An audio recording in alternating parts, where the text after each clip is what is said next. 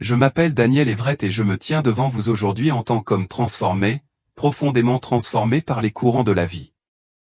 C'est une histoire que je n'aurais jamais imaginé raconter, ni dans mes rêves les plus fous, ni même dans mes heures les plus sombres. Et pourtant, je suis là, poussé à la partager avec vous. À 39 ans, je croyais avoir percé les mystères de la vie. Je pensais avoir découvert la clé du bonheur et de l'épanouissement, en vivant ce que beaucoup appelleraient le summum d'une existence moderne réussie. Ma maison se trouvait dans la charmante ville de Brookhaven, dans l'Oregon, un endroit où chaque vue de carte postale était une réalité. Mon appartement, perché au bord d'une rivière sereine, était un chef-d'œuvre d'élégance contemporaine, un havre de paix que je partageais avec Alex, mon partenaire depuis 12 ans. Ensemble, nous avons construit une vie qui était une symphonie de rêves partagés, de respect mutuel et d'un amour qui semblait aussi illimité que le ciel de l'Oregon. Sur le plan professionnel, je m'épanouissais.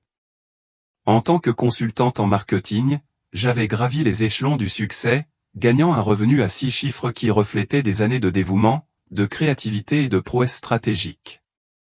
Cette stabilité financière nous permettait de vivre une vie que beaucoup enviaient.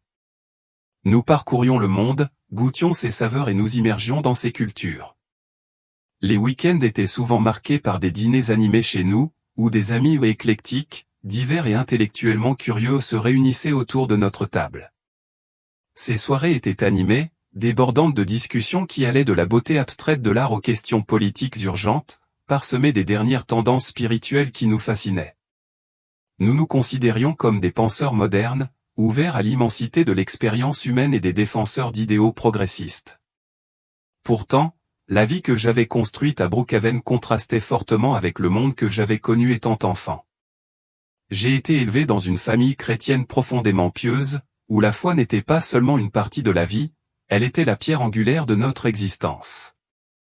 Le dimanche était sacré, consacré au service religieux qui était aussi routinier que la respiration. La grâce était prononcée avant chaque repas et les prières du coucher étaient aussi régulières que le tic-tac de l'horloge. La maison de mon enfance était imprégnée de traditions, soudée par la foi inébranlable dans les enseignements de la Bible. En grandissant, cependant, le monde a commencé à s'étendre et à s'étendre devant moi, révélant son éventail vertigineux de philosophie, de croyances et de voyages spirituels. Ce qui avait été autrefois un cadre de foi réconfortant a commencé à me sembler étouffant, un ensemble de règles et de doctrines qui semblaient convenir à quelqu'un d'autre, pas à la personne que je devenais. Mon départ du christianisme n'a pas été brutal ou rebelle. Au contraire, il s'est agi d'un dénouement lent, presque imperceptible, des liens qui m'avaient autrefois si fermement attaché. Au début, c'était subtil, je manquais l'église ici et là, savourais le plaisir d'un dimanche matin tranquille, libre de toute obligation. Au fil du temps, cela s'est transformé en une curiosité insatiable pour d'autres traditions spirituelles. J'ai commencé à explorer les enseignements du bouddhisme, à adopter ses principes de pleine conscience et de paix intérieure. Le mouvement New Age m'a également attiré, avec son kaléidoscope de cristaux, de guérison énergétique, de cartes de tarot et la promesse d'une connexion mystique avec l'univers. J'étais captivé par l'idée de pouvoir me responsabiliser, de tracer ma propre voie spirituelle dans un cosmos infini. J'ai reconstitué ma propre mosaïque spirituelle, un système de croyances personnalisées centré sur ce que j'appelais l'amour universel. Je croyais, de toutes les fibres de mon être, que tous les chemins spirituels n'étaient que des rivières différentes coulant vers le même océan divin. L'amour, dans sa forme la plus pure et la plus illimitée, est devenu mon étoile directrice. C'était la vérité ultime, la boussole avec laquelle je naviguais dans ma vie. Je me sentais éclairé, libéré et profondément en phase avec l'interdépendance de l'univers. J'étais fier d'être une citoyenne du monde, une pionnière spirituelle qui façonne un avenir plus inclusif et plus empathique. Ma voix a trouvé sa place dans le plaidoyer. J'ai défilé fièrement lors des défilés de la fierté, le drapeau arc-en-ciel étant un symbole d'espoir et de solidarité. Mon cœur s'est gonflé d'un sentiment d'appartenance alors que je me tenais aux côtés de ma communauté LGBTQ+, unis par des luttes et des triomphes partagés. Au-delà de la marche, je suis devenu une mentor, une lumière qui guide les jeunes qui naviguent sur le terrain complexe de la découverte de soi et de l'acceptation. Je leur ai raconté mon histoire, en leur parlant ouvertement du chemin qui m'a amené à un lieu d'amour propre et d'authenticité. Je leur ai dit qu'ils étaient entiers et parfaits, tels qu'ils étaient. Je leur ai rappelé que quelle que soit la forme que Dieu ou l'univers prenait dans leur vie, ils avaient été créés avec intention, amour et but. Je les ai exhortés à mettre de côté le poids du jugement et des dogmes dépassés, à entrer hardiment dans leur vérité et à accepter leur personnalité unique sans hésitation ni peur. Everett et moi étions, à bien des égards, l'incarnation de ce que les gens envisagent comme un couple moderne épanoui. Notre histoire d'amour a atteint un jalon peu de temps après que l'égalité du mariage soit devenue loi dans notre État. Ce jour-là n'était pas seulement notre mariage, c'était une célébration triomphale de l'amour et du progrès, un événement chargé de signification personnelle et de la joie collective d'une victoire durement gagnée.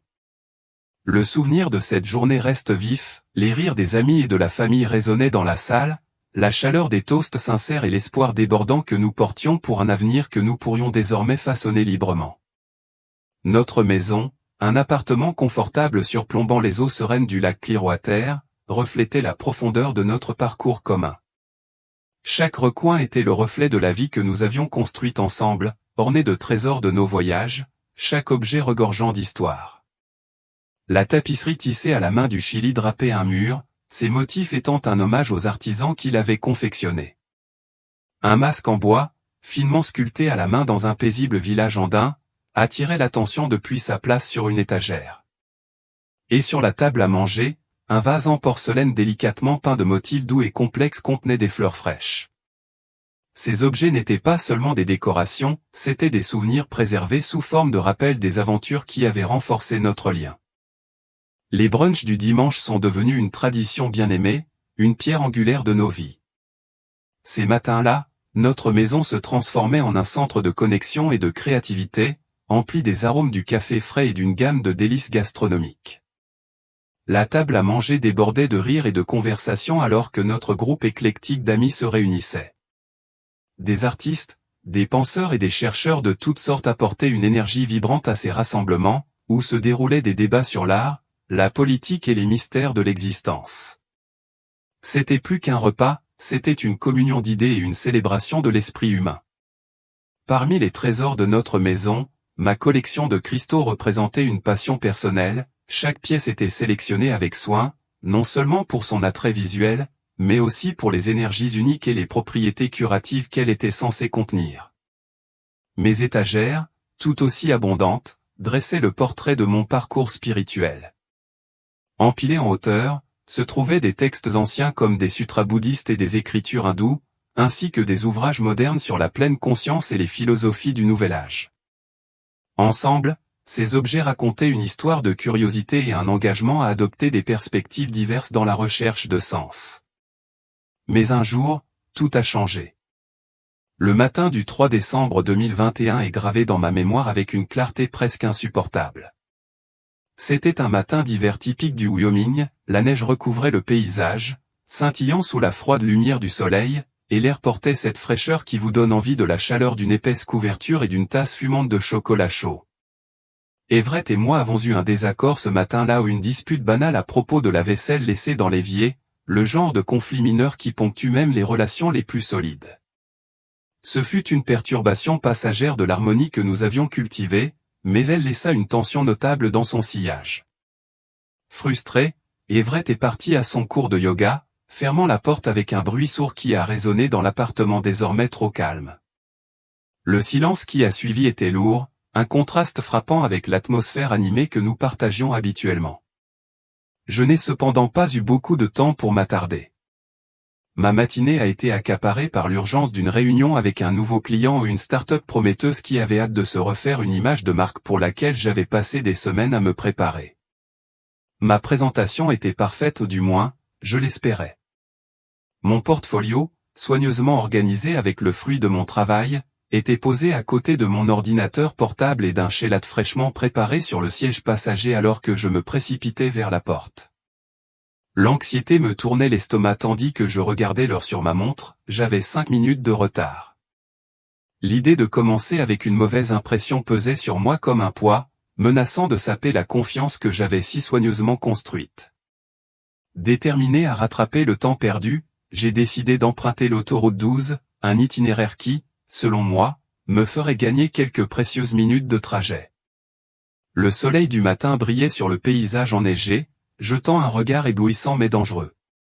J'ai roulé plus vite que la limite de vitesse affichée, 45 000 par heure dans une zone de 35 000 par heure, mon esprit étant rivé à la réunion imminente plutôt qu'à la route glissante devant moi.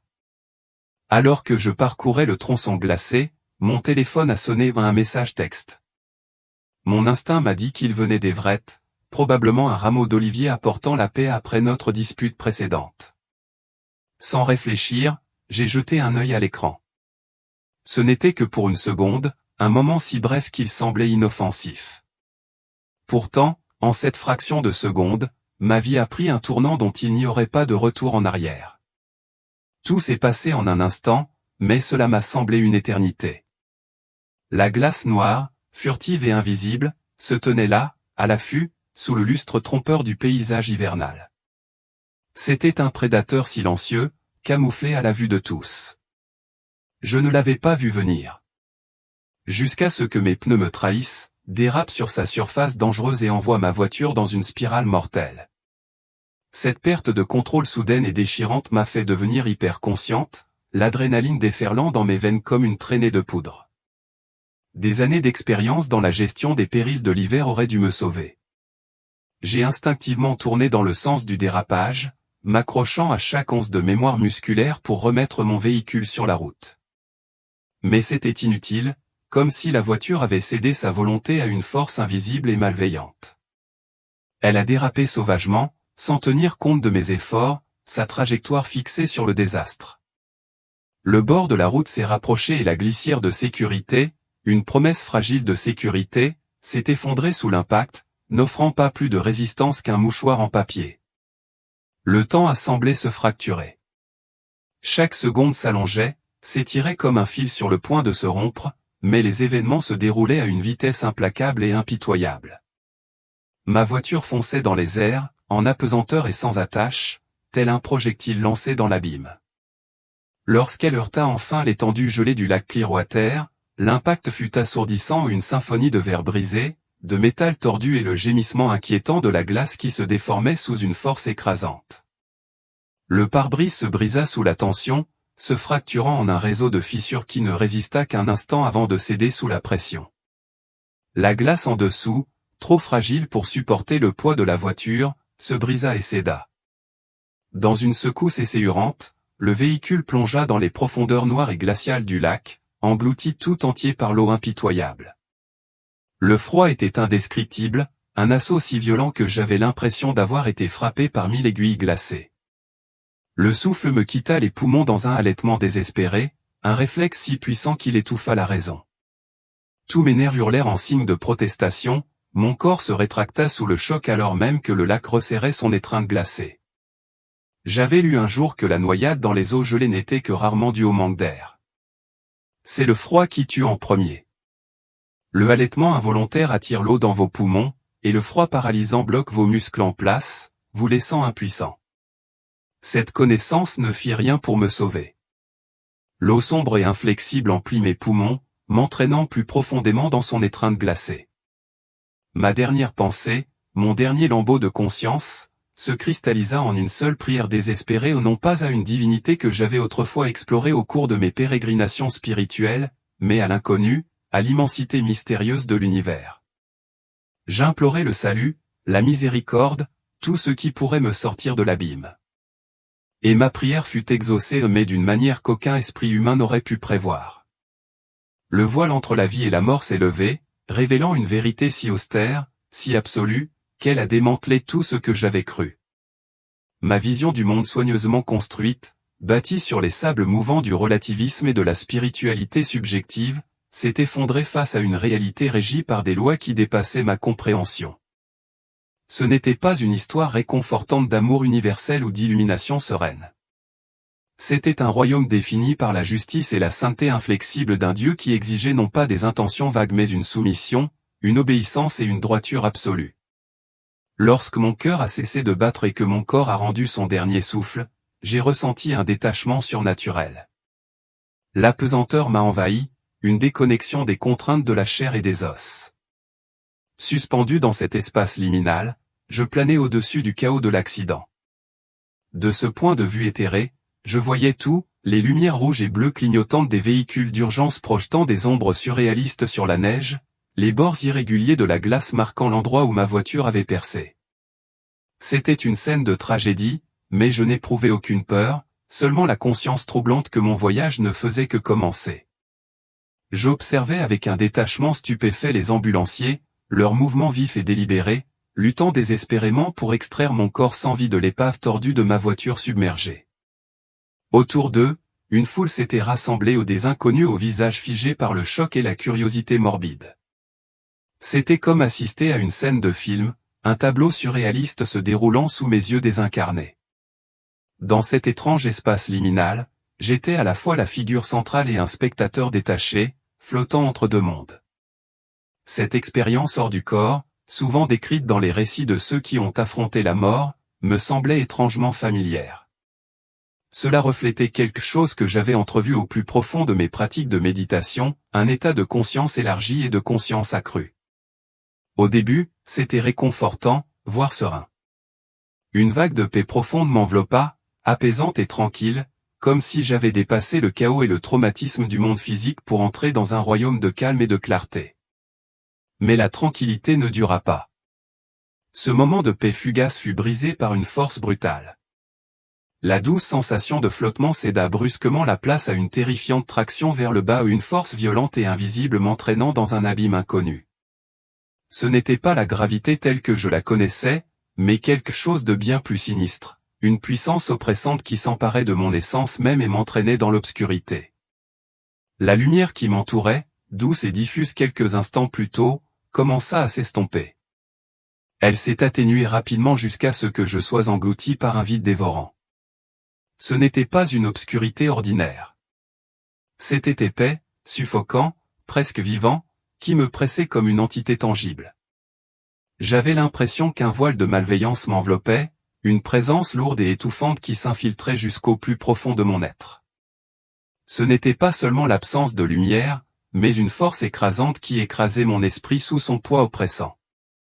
La température autour de moi commença à monter, non pas progressivement, mais par vagues de chaleur aiguë et insupportable. C'était comme si le froid glacial du lac avait été remplacé par un enfer, chaque poussée de chaleur étant plus intense et plus punitive que la précédente. La chaleur brûlante me griffait, me consumait de l'intérieur, jusqu'à ce que je sois englouti dans un brasier suffocant. Une terreur sans précédent m'envahit, une peur primitive qui transcendait tout ce que j'avais connu dans le monde. J'étais complètement seul, plongé dans une descente horrible sans aucun sentiment de répit ou de sauvetage. Toutes les croyances auxquelles je m'étais accroché ma spiritualité New Age soigneusement élaborée avec ses promesses de transition paisible et de guides spirituels bienveillants s'effondrèrent en poussière. Les notions réconfortantes d'un champ d'énergie aimant et universel m'accueillant dans une éternité bienheureuse se sont révélées comme de fragiles illusions. Il n'y avait pas de passage en douceur, pas d'étreinte cosmique. Ce qui m'attendait était un abîme de terreur, une descente dans un royaume de tourments inimaginables. J'ai cherché les mains directrices d'esprits bienveillants, la présence apaisante de l'amour universel, mais il n'y avait rien. Seulement une obscurité oppressante, une chaleur brûlante et une terreur suffocante. Puis, les voix ont commencé. Au début, ce n'étaient que de faibles murmures, à peine audibles dans le silence étouffant. Mais ces murmures portaient une clarté venimeuse, chaque syllabe se glissant dans ma conscience comme un serpent. Ils parlaient de mon passé, faisant remonter à la surface des souvenirs que j'avais profondément enfouis ou des mots que j'avais prononcés, des choix que j'avais faits et des actions que j'avais justifiées. Ils révélaient des vérités que j'avais travaillé dur pour ignorer. Chaque murmure était un rappel brutal et implacable de mes manquements moraux, une répétition vivante de moments que j'avais longtemps cherché à oublier. Dépouillé de mes défenses terrestres, je ne pouvais plus rationaliser ni justifier. Je n'avais plus de bouclier d'illusion derrière lequel me cacher. Dans ce royaume de vérité absolue, je voyais les conséquences de mes actes avec une clarté angoissante. Ma quête de « vivre authentiquement », ma moralité subjective, avait involontairement égaré les autres.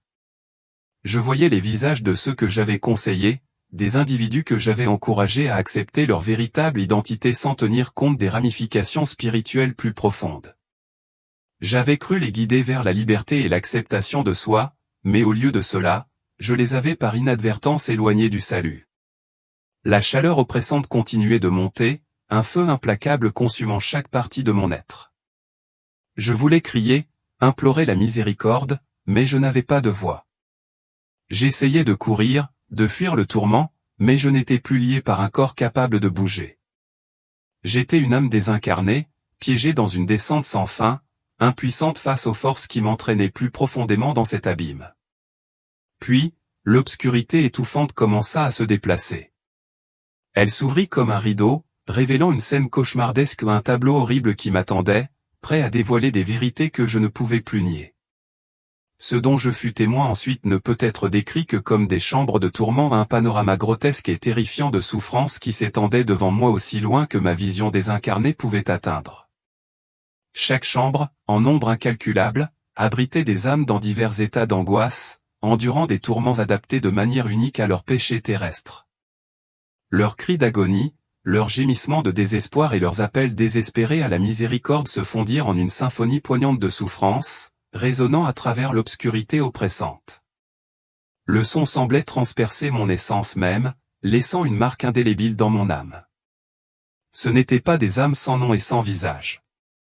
C'étaient des individus qui avaient ouvertement défié la loi divine, rejetant la vérité de Dieu en faveur de leurs propres désirs.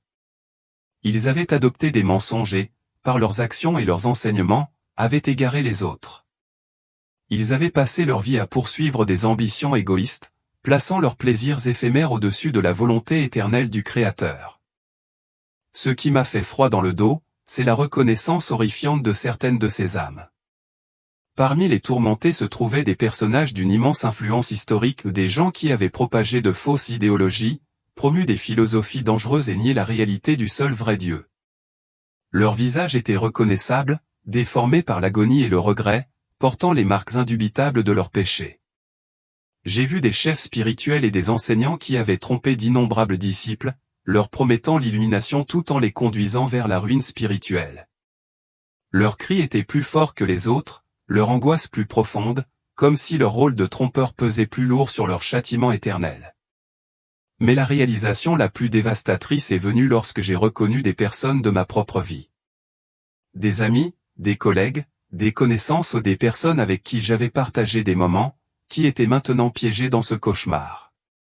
Chacun d'entre eux souffrait d'un supplice spécialement conçu pour refléter ses transgressions, une punition élaborée avec une précision terrifiante. Pourtant, au milieu de ces tourments individuels, un fil conducteur les unissait tous, leur conscience totale et angoissante de la raison de leur présence là. Ils comprenaient, avec une clarté déchirante, que leur rejet de la vérité divine les avait conduits à cet endroit. Chaque choix, chaque action de la vie les avait conduits à ce destin éternel. Le poids de leurs responsabilités pesait sur eux sans aucun soulagement ni échappatoire. Soudain, dans l'obscurité tourbillonnante, un être d'une puissance immense et d'une présence terrifiante s'est matérialisé devant moi.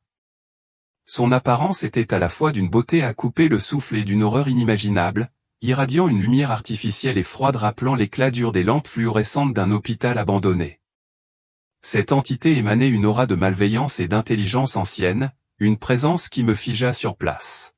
« Bienvenue à la maison », dit-il, sa voix un mélange effrayant de moquerie et de séduction. Les mots étaient pleins d'ironie et de cruauté, et des vagues de terreur envahirent ma forme désincarnée.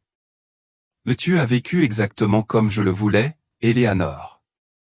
Tu as rejeté la vérité de Dieu pour des mensonges confortables, tu as embrassé des désirs contraires à son dessein et tu as influencé les autres à suivre ton chemin. Tu as été l'une de mes plus fidèles servantes. » À cet instant, une prise de conscience écrasante m'envahit, un raz-de-marée de désespoir qui engloutit mon âme. Cet être, cette force malveillante, avait été l'architecte de ma chute. C'était la source des murmures qui m'avaient égaré, le maître des mensonges que j'avais acceptés comme des vérités. Tu es né ainsi. La vérité est subjective. Suis ton cœur.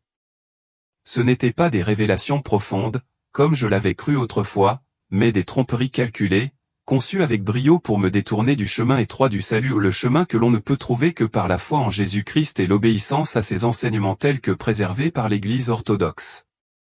L'être continua, sa voix pleine d'autosatisfaction. Laisse-moi te montrer les fruits de ton travail, Éléanore. Laisse-moi te montrer le véritable impact de tes actions. Avant que je puisse réagir, je fus plongé dans une série de visions saisissantes revivant des moments clés de ma vie. Mais cette fois, je n'étais pas une observatrice détachée, je voyais les conséquences spirituelles de chaque décision, de chaque action. Les dimensions cachées de la réalité, obscurcies par ma cécité terrestre, étaient mises à nu. J'ai vu le réseau d'influence que mes choix avaient tissé, les effets dominos de mes décisions et les vies que j'avais inconsciemment égarées. J'ai vu des entités malveillantes, grotesques, horrifiantes dans leur vraie nature, se présentant comme des anges de lumière, comme des émissaires bienveillants de la conscience supérieure. Ils s'infiltraient dans mes pensées pendant les moments de méditation, tissant des mensonges séduisants dans mon esprit, me conduisant subtilement vers une compréhension déformée de la réalité. Se faisant passer pour des guides spirituels, comme des maîtres éclairés de la sagesse et de la vérité, ils portaient des masques de compassion et de guidance. Mais sous la surface, leur essence n'était rien d'autre que ténèbres et tromperies. J'ai clairement vu leur influence alors que je réfléchissais à mon passé. Ils ont manipulé ma main alors que je tirais des cartes de tarot, déformant leur signification et alignant les interprétations sur leur sinistre programme. Ce qu'ils ont décrit comme des outils inoffensifs de découverte de soi étaient, en vérité, des points d'entrée dangereux vers leur influence. L'occulte, déguisé sous le couvert de connaissances cachées et d'autonomisation personnelle, avait été une porte d'entrée perfide vers l'esclavage spirituel. Il parlait à travers les voix de chefs spirituels que j'avais vénérés, des enseignants dont j'avais chéri les idées, dont je m'étais accroché aux paroles comme si elles étaient des bouées de sauvetage. Leurs enseignements, qui semblaient si profonds, si libérateurs, étaient entachés de distorsions subtiles et insidieuses de la vérité. Ils délivraient des demi-vérités destinées à plaire à mon ego, à mon désir d'indépendance et à mon rejet de l'autorité divine. La spiritualité qu'ils prêchaient était diluée et confortable, une version qui ne me demandait rien, me permettait de garder le contrôle et confirmait chacun de mes choix plutôt que de les remettre en question. La révélation la plus dévastatrice, celle qui m'a transpercé au plus profond de moi, a été la vérité sur une relation que j'avais autrefois défendue de tout mon être. Ce que j'avais cru être un amour pur et authentique, un lien qui transcendait les contraintes de la tradition et de la croyance, n'était rien d'autre qu'une tromperie soigneusement orchestrée. Ces forces des ténèbres avaient exploité mes plus profondes vulnérabilités, mon désir de connexion, mon désir d'intimité, mon désir de me sentir vue et comprise. Elles ont pris ces besoins donnés par Dieu et les ont déformés en une contrefaçon de l'amour divin. Ce que j'avais autrefois chéri comme un magnifique témoignage du pouvoir de l'amour à surmonter les préjugés et le jugement de la société était, en réalité, un plan calculé conçu pour me détourner du chemin de la vérité et de la justice. C'était une perversion du plan parfait de Dieu pour l'amour et les relations, une manipulation qui m'éloignait encore plus de son dessein divin. Les fondements de cette relation, que je croyais inébranlables, se sont effondrés sous mes yeux lorsque je l'ai vue pour ce qu'elle était vraiment, une distorsion enracinée dans des mensonges et motivée par des désirs charnels.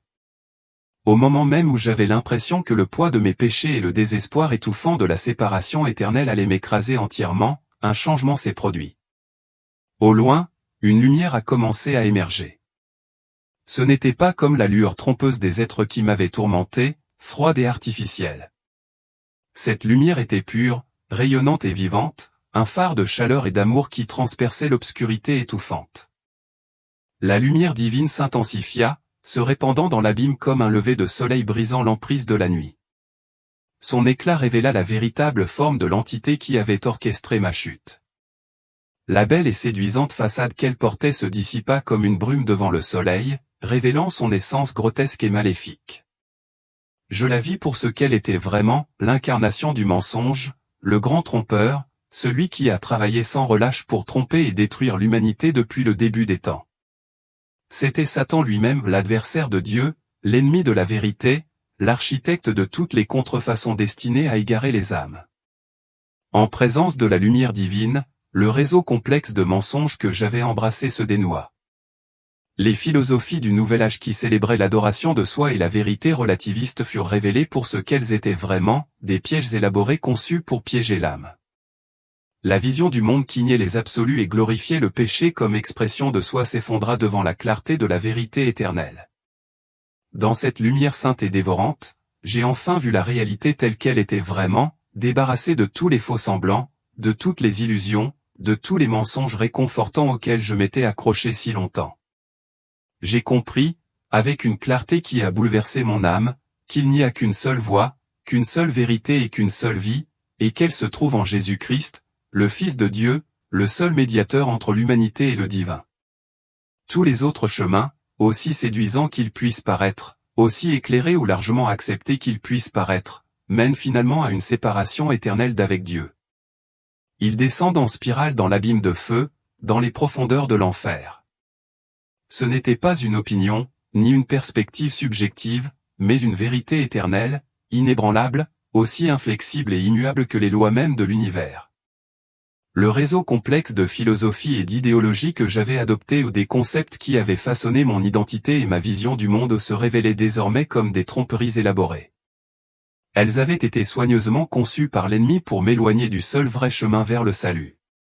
Le mouvement New Age, qui met l'accent sur la découverte de soi et rejette la vérité absolue, s'est révélé être une dangereuse distorsion de la spiritualité authentique.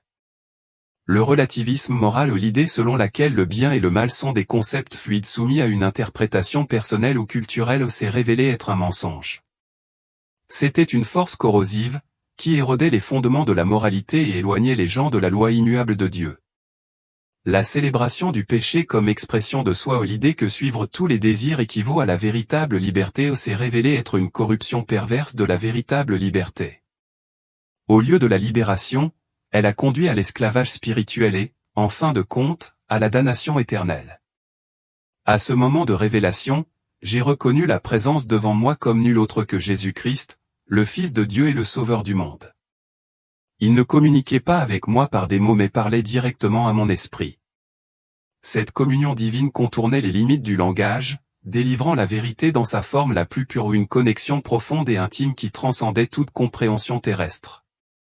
À travers une série de visions saisissantes et indéniables, il m'a montré l'essence du véritable amour, désintéressé, sacrificiel et constant.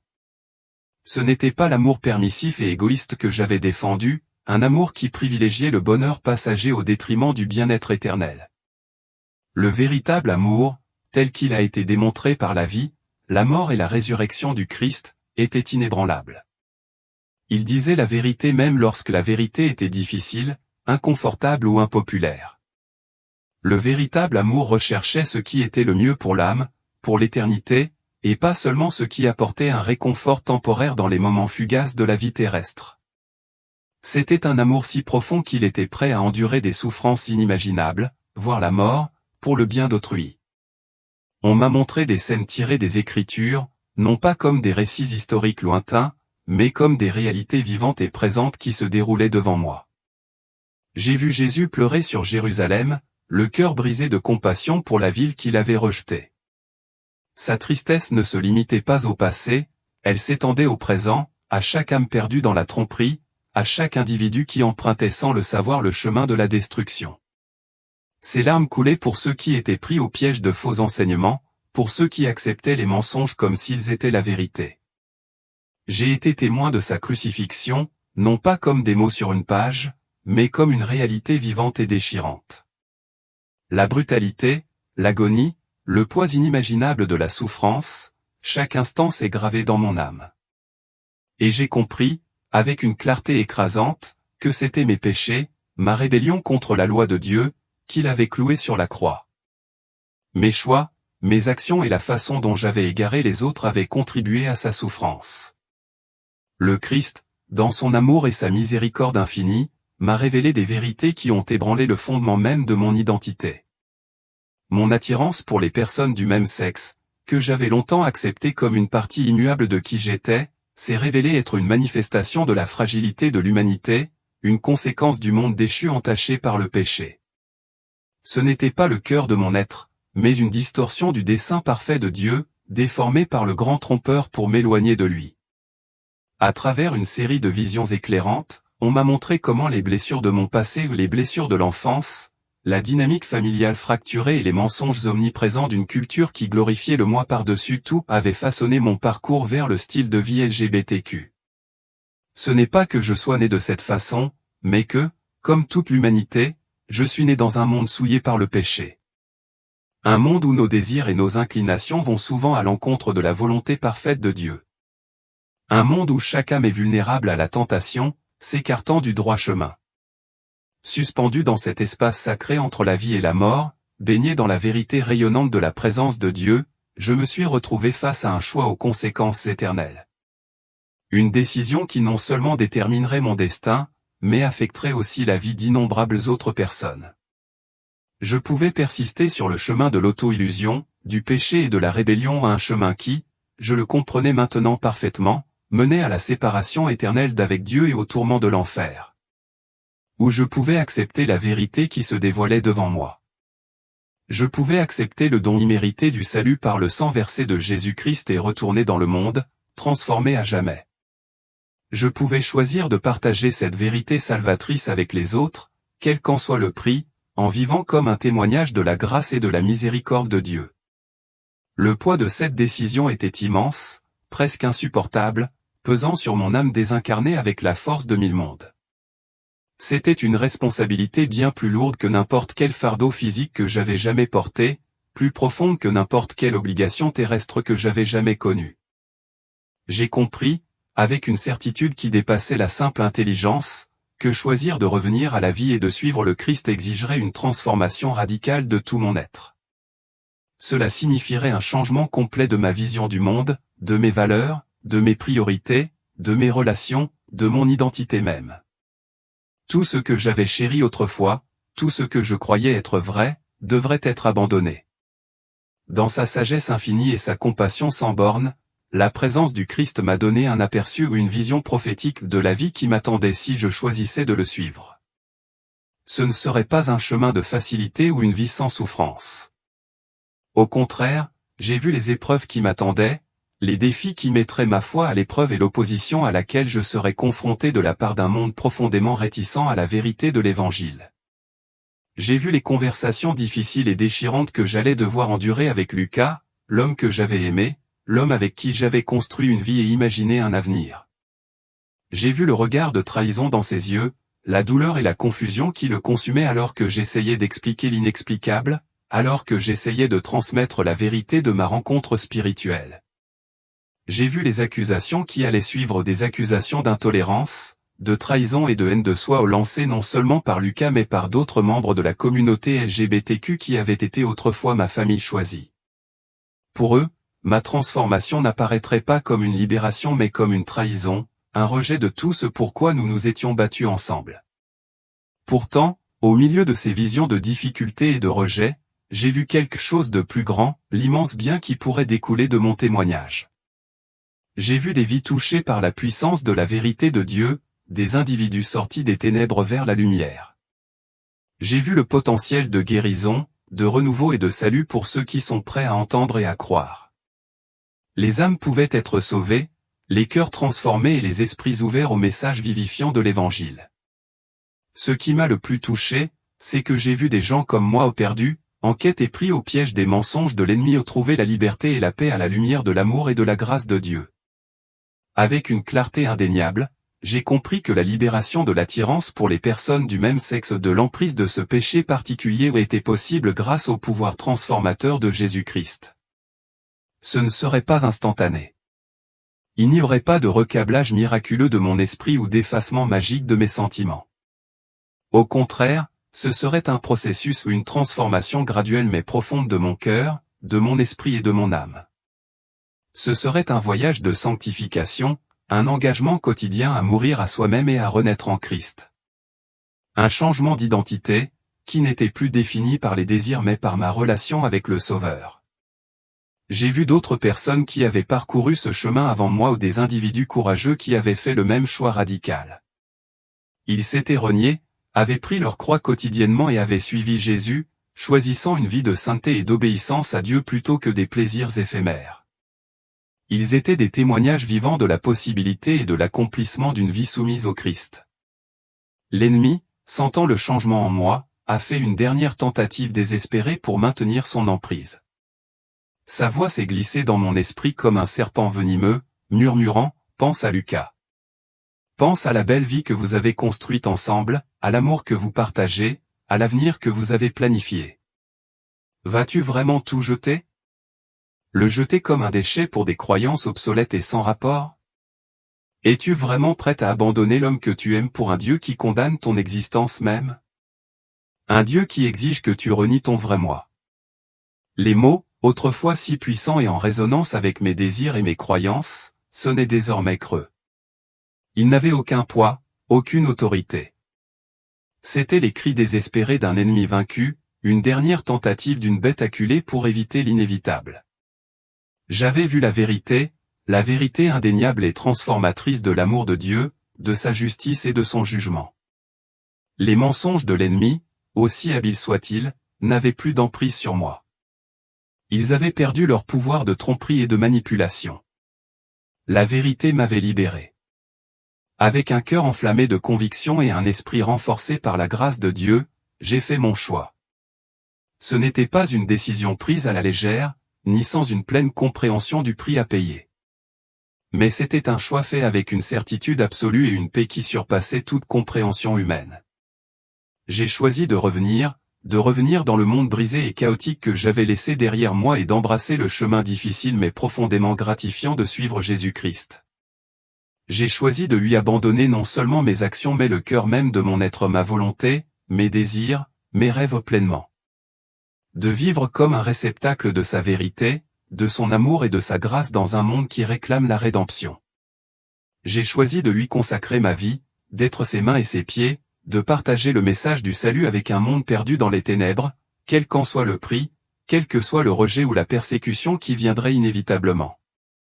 Au moment où j'ai fait ce choix, au moment où j'ai prononcé ces mots d'abandon, une paix extraordinaire a envahi mon âme. Ce n'était pas un sentiment passager de calme ou un soulagement temporaire de la peur, c'était un profond silence qui atteignait les profondeurs de mon être. C'était la paix qui surpasse toute compréhension humaine, une paix née de la réconciliation avec Dieu, de savoir que ma vie était désormais alignée avec son plan parfait. C'était une paix qui murmurait, « Tu es chez toi », même alors que je me tenais au bord d'un avenir incertain. Juste avant d'être renvoyé ou propulsé brusquement dans les limites de mon corps physique brisé où on m'a confié 3 vérités indéniables. Il ne s'agissait pas d'impressions vagues ou d'idées abstraites, mais de directives claires comme du cristal qui brûlait d'une urgence divine. Premièrement, trouver sa propre vérité n'existe pas. Ce mantra moderne, célébré comme le summum de l'illumination, est l'une des tromperies les plus dangereuses de notre époque. La vérité n'est pas subjective, elle n'est pas malléable aux caprices ou aux interprétations individuelles. Il n'y a qu'une seule vérité, absolue et immuable, et cette vérité se trouve en Jésus-Christ. Lui seul est le chemin, la vérité et la vie. Tout autre chemin, aussi séduisant soit-il, mène à la destruction ou à une éternité séparée de Dieu. Deuxièmement, ce que le monde rejette comme l'homophobie n'est, dans de nombreux cas, pas enraciné dans la peur ou la haine mais dans la philophobie, un amour christique qui ose dire des vérités dures. L'amour véritable, tel que Jésus l'a modelé, n'affirme pas le péché mais appelle à la repentance, à se détourner des ténèbres et à entrer dans la lumière de la vérité de Dieu. L'amour n'est pas l'absence de limites, c'est la présence de la vérité exprimée avec grâce, même lorsque cette vérité est inconfortable ou rejetée. Troisièmement, le récit culturel omniprésent qui prétend que les gens naissent homosexuels est un mensonge ou une déformation du dessein de Dieu pour la sexualité humaine. L'attirance pour les personnes du même sexe, comme de nombreuses autres déformations de l'intention de Dieu, est le résultat de la nature déchue de l'humanité, un reflet de la brisure introduite par le péché. Pourtant, la liberté est possible. Par Jésus-Christ, il y a l'espoir, la rédemption et le pouvoir de se libérer des chaînes du péché. Il n'offre pas seulement le pardon mais la transformation ou une nouvelle vie alignée sur sa volonté et son dessein. Mon retour à la vie n'a été ni facile ni triomphal. Il a été brusque, choquant et rempli d'agonie physique. Je me suis réveillé avec la douleur aiguë et incessante de mes blessures, la douleur lancinante dans ma tête, la brûlure dans mes os et le froid profond et persistant des eaux glacées qui avaient failli me coûter la vie. Chaque respiration me rappelait la fragilité de mon corps, un contraste frappant avec le monde spirituel que je venais de découvrir. Alors que les ambulanciers s'affairaient sur moi avec urgence, leur voix coupant à travers la brume, j'ai entendu des fragments de leur conversation. Une voix, tendue par l'effort mais teintée d'espoir, a percé le brouillard, « Nous avons un pouls. Il est vivant. » Les mots, bien qu'étouffés, résonnaient avec une signification profonde. Ils ont marqué le début de ma deuxième chance, une chance d'accomplir la mission qui m'avait été confiée. Alors que la douleur et la confusion s'atténuaient, alors que la clarté revenait dans mon esprit, j'ai compris avec une certitude absolue que ma vie ne pourrait jamais redevenir ce qu'elle avait été.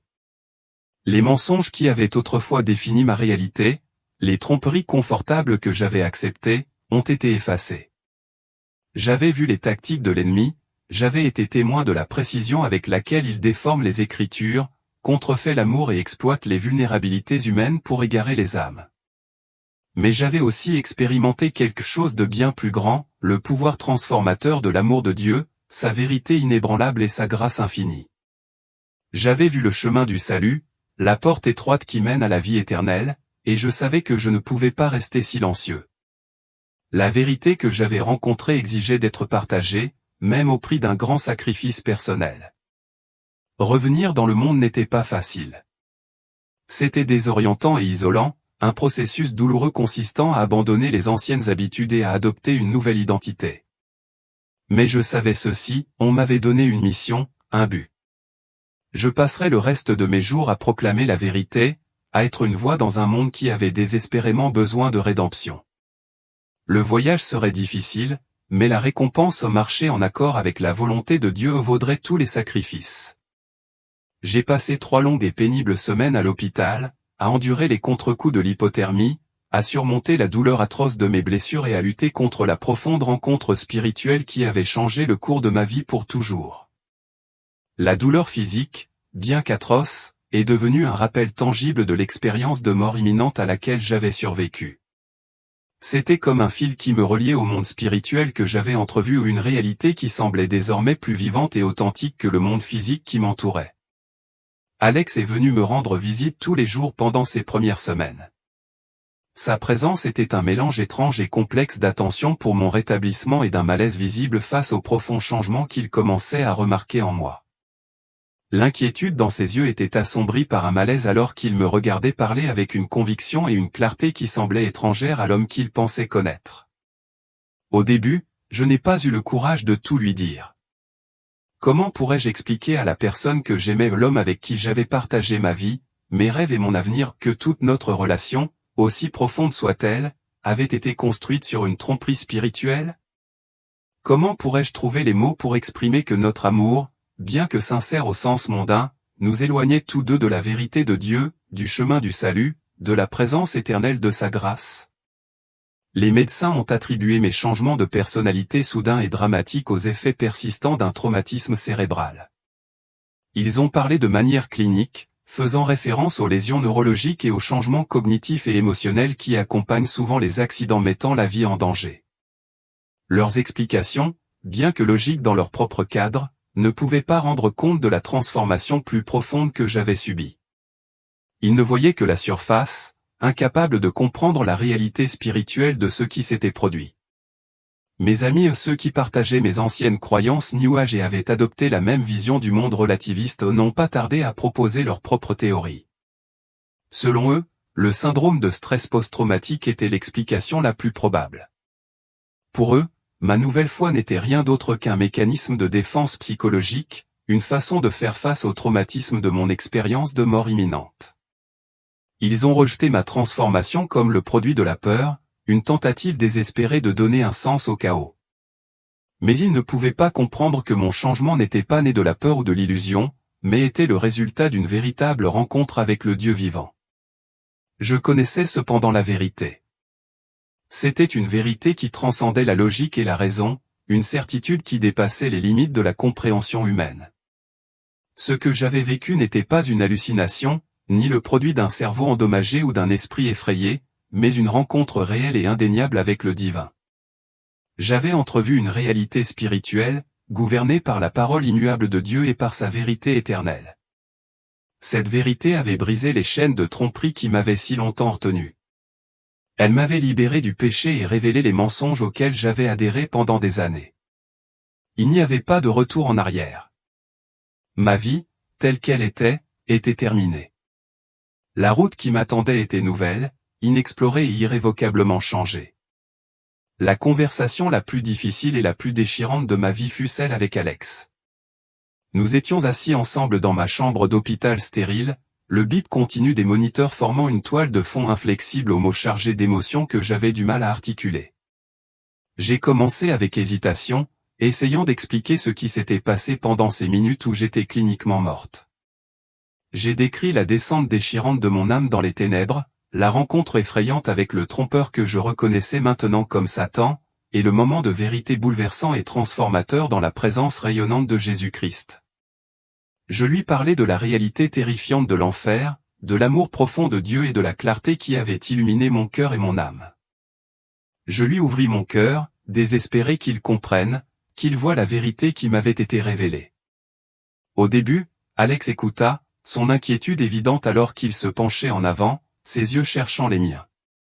Mais alors que je continuais, alors que la gravité de mes paroles s'installait, son expression commença à changer. L'inquiétude se transforma en incrédulité, puis en douleur, et enfin en colère. « Alors, que dis-tu » demanda-t-il, sa voix s'élevant, épaisse d'un mélange de douleur et d'indignation. Les 12 dernières années ne signifiaient rien. Tout ce que nous avons construit ensemble, notre amour, notre vie, nos rêves, tout cela n'était qu'un mensonge élaboré? Un stratagème d'une force maléfique? Tu t'attends vraiment à ce que je croie ça? Après tout ce que nous avons traversé ensemble, après tous les sacrifices, la joie, l'engagement, tu me dis que ce n'était pas réel? La voix d'Alex se brisa alors que son incrédulité cédait la place à la frustration et à la douleur. Ces mots arrivèrent en rafales aiguës, chacune frappant avec le poids de sa trahison. J'essayais de répondre, de lui transmettre la profondeur de ma tristesse, de l'aider à voir ce que je voyais maintenant avec une clarté inébranlable. Mais la douleur dans ses yeux rendait presque impossible de continuer. La vérité que je partageais n'était pas seulement difficile, elle était dévastatrice. Et même si je comprenais les raisons de sa colère, je savais aussi que je ne pouvais pas revenir en arrière, peu importe les conséquences douloureuses. Nos sentiments l'un pour l'autre étaient réels, Lucas, dis-je, ma voix tremblant d'émotion, les larmes coulant sur mes joues. Je t'ai vraiment aimé, et je tiens toujours profondément à toi, plus que les mots ne peuvent l'exprimer. Mais ces sentiments, aussi sincères et puissants soient-ils, nous éloignaient de la vérité de Dieu, du chemin du salut, de la vie éternelle en sa présence. Je me soucie trop de ton âme, Lucas, pour rester silencieux, trop pour te laisser continuer sur un chemin qui mène à la séparation éternelle de Dieu, aux horreurs de l'enfer. Il est parti ce jour-là, en colère et incrédule, et il n'est pas revenu. La finalité de ce moment était écrasante. La prise de conscience que notre relation, la vie que nous avions construite ensemble, était terminée m'a frappé comme un coup physique. C'était une sorte de mort, la mort d'un rêve, la mort de l'avenir que nous avions envisagé ensemble.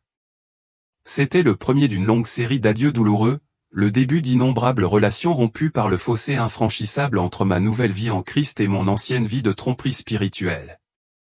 Le chemin de la suite de Jésus est souvent solitaire, un voyage marqué par le sacrifice et la perte. Beaucoup de mes amis les plus proches, des personnes qui avaient été autrefois mes piliers de soutien, ont réagi de la même manière lorsque j'ai essayé de partager mon expérience. Lorsque j'ai tenté d'expliquer la profonde transformation qui avait eu lieu en moi, ils m'ont accusé d'avoir subi un lavage de cerveau, d'être devenu la victime de l'extrémisme religieux, d'avoir perdu le sens de moi-même. Ils ont dit que je trahissais la communauté LGBTQ, que je choisissais la haine plutôt que l'amour, que je tournais le dos à tout ce pour quoi nous nous étions battus, à tout ce en quoi nous croyions ensemble. Ce qu'ils ne comprenaient pas, c'est que le véritable amour, l'amour auquel le Christ nous appelle, exige souvent des vérités dures. Il exige des conversations qui blessent avant de guérir, qui risquent le rejet au nom du salut. Chaque rejet, chaque accusation, chaque remarque cinglante me faisait l'effet d'un poignard dans le cœur, un rappel douloureux du prix du discipulat. Pourtant, je comprenais leur réaction ou leur colère, leur confusion, leur incapacité à accepter la réalité de mon expérience. J'étais exactement là où ils étaient, empêtrés dans le même réseau de tromperies, aveuglés par les mêmes faux enseignements. J'avais toujours cru aux mêmes idées, défendu les mêmes causes et rejeté le christianisme comme étant dépassé, sans intérêt ou nuisible. Je savais que seul Dieu pouvait leur ouvrir les yeux, tout comme il avait ouvert les miens. Dans les semaines qui ont suivi, j'ai pris la décision douloureuse mais nécessaire de quitter l'appartement que Lucas et moi partagions, à un foyer rempli de souvenirs de la vie que nous avions construite. C'était plus qu'un déménagement physique, c'était une rupture symbolique avec le passé, un pas vers l'acceptation de la nouvelle vie à laquelle Dieu m'avait appelé. J'ai trouvé un modeste studio de l'autre côté de la ville, un espace humble et sans prétention, loin du luxueux appartement au bord de l'eau que nous avions autrefois appelé chez nous. Mais c'était un sanctuaire pour mon âme, un endroit pour recommencer, pour reconstruire ma vie sur le fondement solide du Christ. J'ai commencé le processus difficile et souvent déchirant de purger ma vie de tout ce qui était lié à mes anciennes croyances spirituelles, les objets, les livres et les pratiques qui symbolisaient la tromperie que j'avais autrefois embrassée.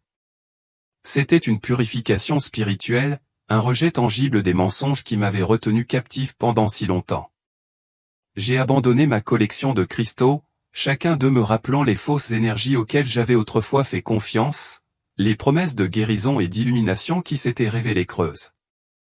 J'ai jeté mes cartes de tarot, des outils que j'avais autrefois utilisés pour chercher des conseils, pour contrôler mon avenir, sans me rendre compte des forces obscures qui se cachaient derrière eux.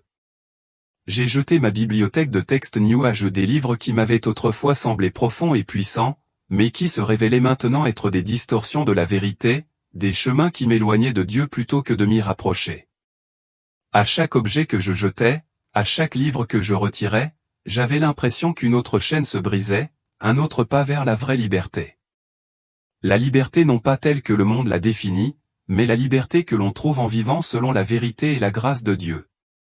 La vraie liberté ne se trouve qu'en Christ. Et pourtant, ces premiers jours de ma nouvelle vie ont été marqués par une profonde solitude ou une douleur au plus profond de mon âme. La communauté sur laquelle je comptais depuis des années, la famille que j'avais choisie, avait disparu, laissant un vide qui semblait parfois insupportable. Mais je n'ai jamais été vraiment seul. Je me suis accroché fermement au souvenir de ma rencontre avec le Christ, le moment qui avait complètement transformé ma vie. C'était la vérité de son amour, la réalité de sa présence, qui est devenue mon ancre, ma source de force dans les moments les plus difficiles. J'avais fait l'expérience de la manifestation tangible de sa grâce, et cela a suffi à me porter au bout des batailles à venir. La transformation ne s'est pas produite en un instant. Ce n'était pas un changement miraculeux, du jour au lendemain. J'ai continué à lutter contre l'attirance pour les personnes du même sexe, les désirs qui avaient été autrefois au cœur de mon identité. Ces sentiments n'ont pas disparu, ils ont persisté, me mettant au défi, mettant à l'épreuve ma détermination et me rappelant la vie que j'avais laissée derrière moi. Mais maintenant, j'ai compris quelque chose de profond, ces désirs ne correspondaient pas à ce que j'étais. Ils étaient des tentations, des échos de mon ancien moi et des occasions de ne pas compter sur ma force, mais sur celle de Dieu. Grâce à des prières persistantes et sincères, au soutien indéfectible d'une nouvelle communauté chrétienne que j'ai trouvée dans une église orthodoxe locale et aux conseils avisés d'un thérapeute chrétien compatissant, j'ai appris à abandonner ces sentiments à Dieu. J'ai soumis mes désirs à sa volonté, l'invitant à me transformer de l'intérieur. C'était une bataille quotidienne, une lutte constante contre les pulsions de la chair, mais dans cette lutte, j'ai découvert quelque chose d'inattendu, la liberté. La véritable liberté ne se trouve pas dans le fait de céder à tous les désirs ou de suivre des caprices passagers. Elle se trouve dans l'abandon en soumettant ma volonté au Christ, en lui permettant d'être le Seigneur de chaque aspect de ma vie, y compris de ma sexualité. Dans cet acte d'abandon, j'ai éprouvé une paix qui dépassait toute compréhension, une joie et un épanouissement qui dépassaient de loin tout ce que ma vie antérieure avait offert. J'ai fini par comprendre que la liberté n'est pas l'absence de limites, c'est l'alignement de nos vies avec le dessein parfait de Dieu. Les désirs non maîtrisés nous égarent, mais lorsqu'ils sont soumis au Christ, ils deviennent des opportunités de transformation. J'ai compris que je ne m'appartenais plus, que j'avais été acheté par le précieux sang de Jésus et que ma vie lui appartenait désormais, pour être vécue au service et dans l'obéissance à sa volonté. Aujourd'hui, je me tiens comme une nouvelle créature en Christ, un témoignage vivant du pouvoir transformateur de l'amour de Dieu, de sa grâce et de sa vérité. Je partage mon histoire chaque fois que je le peux, sachant qu'elle sera accueillie avec hostilité, ridicule et incompréhension. Mais je sais aussi que mon témoignage détient une puissance, la puissance de Dieu pour le salut de ceux qui croient. De mon parcours est né un ministère, un appel à aider les autres qui désirent ardemment quitter le mode de vie gai et trouver la vraie liberté en Christ. Ce ministère est enraciné dans mon expérience, dans l'œuvre rédemptrice de Dieu qui m'a sauvé des ténèbres et m'a amené dans sa merveilleuse lumière. Par son intermédiaire, nous offrons un soutien, des ressources et des conseils bibliques à ceux qui cherchent à se libérer des chaînes du péché. Certains critiquent mes efforts, les qualifiant de nuisibles, dépassés ou intolérants.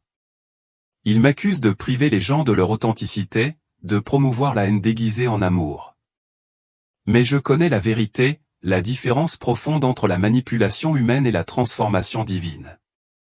J'ai fait l'expérience de cette dernière de première main, et je sais que la véritable guérison, la plénitude et la liberté ne peuvent être trouvées que dans une vie soumise à Jésus-Christ. Par la prière, l'étude des Écritures et la direction du Saint-Esprit, j'ai pu voir clairement les tactiques de l'ennemi. Ces mensonges n'ont pas changé depuis l'Éden. Il murmure toujours la même question, Dieu a-t-il vraiment dit? Il offre un amour contrefait, des versions déformées de la vérité conçue pour égarer les âmes. Il s'attaque à nos blessures et à nos insécurités, nous entraînant sur des chemins qui promettent le bonheur mais mènent à la destruction. Pourtant, face à sa tromperie, j'ai aussi vu la puissance écrasante de la vérité de Dieu. J'ai connu le genre d'amour qui a poussé Jésus à donner sa vie à un amour qui dit des vérités dures, qui appelle les gens à la repentance, qui sacrifie la popularité au nom des âmes éternelles.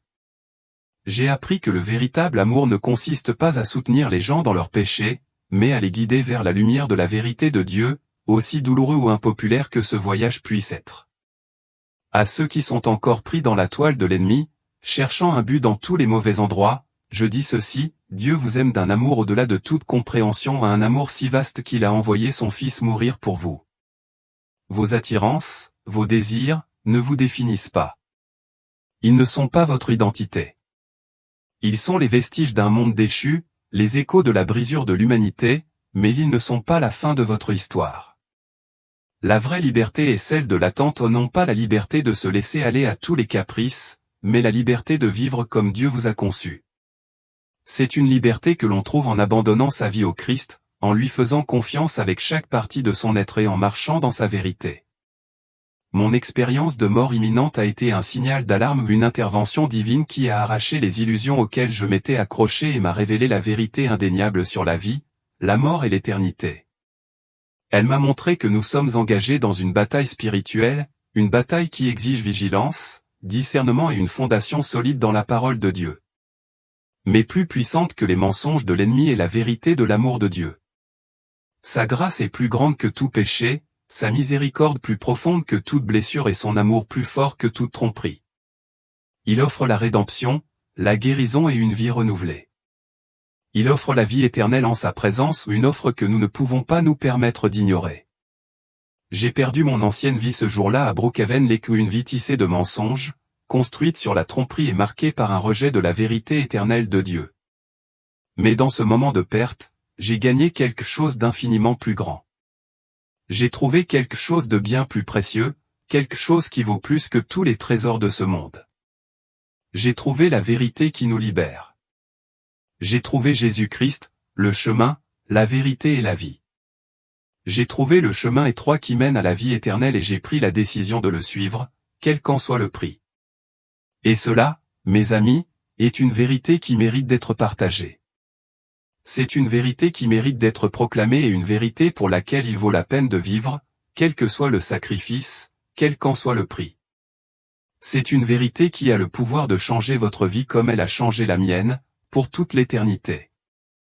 Si ce témoignage a touché quelque chose dans votre cœur, s'il a remis en question vos perspectives ou s'il vous a ouvert les yeux sur l'amour infini de Dieu et la réalité spirituelle dont nous faisons tous partie, je vous invite à nous rejoindre pour diffuser ce message. Aimez et abonnez-vous à notre chaîne, et cliquez sur la cloche de notification pour rester informé des histoires les plus puissantes de la puissance et de la grâce transformatrice de vie de Dieu. Partagez ce message avec ceux que vous aimez, vos amis, votre famille et toute personne qui pourrait être perdue dans l'ombre, à la recherche de la lumière de la vérité, ou prise dans le filet de tromperie de l'ennemi. Votre abonnement nous aide à étendre la portée de ce ministère, nous permettant de partager l'évangile de Jésus-Christ qui change la vie avec ceux qui en ont le plus besoin. N'oubliez pas que chaque « j'aime », chaque partage et chaque abonnement sont plus qu'un simple clic, c'est un acte de foi, un pas vers la lumière de Dieu dans un monde qui a si désespérément besoin de son amour, de sa grâce et de sa vérité. Ensemble, nous pouvons apporter de l'espoir aux désespérés, sauver les perdus et les guider des ténèbres vers la merveilleuse lumière du Christ.